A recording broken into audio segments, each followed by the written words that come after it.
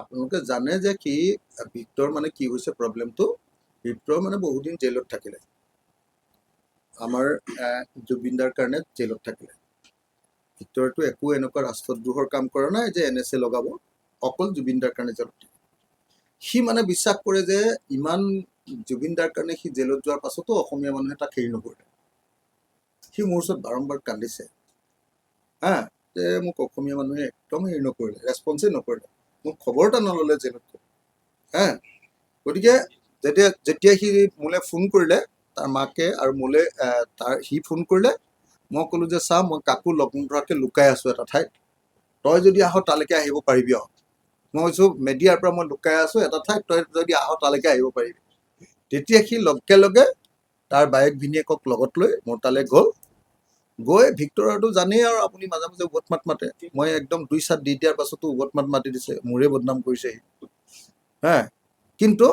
মই এটা কথা জানো যে অসমীয়া মানুহৰ মাজত খুব কম মানুহ আছে যি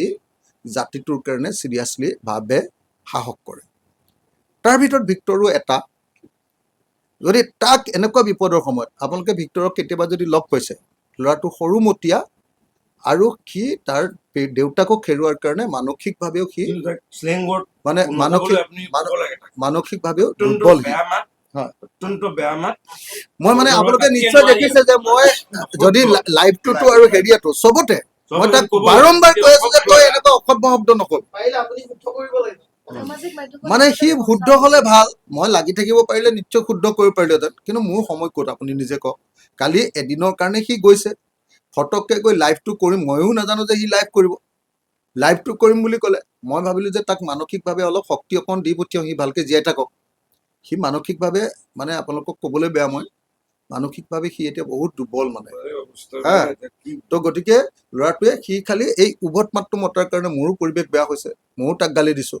মই তাক ধমকি দিছোঁ কালি সি মোৰ লগতে আহি জুবিন ক্ষেত্ৰত সোমাইছে তাৰপিছৰ পৰা সি আৰু বন্ধ কৰিছে দেই মই এনেকুৱা ধমকি দিছোঁ তই মোক বৰবাদ কৰি দিলি বুলি কৈছোঁ তই লাইভত তই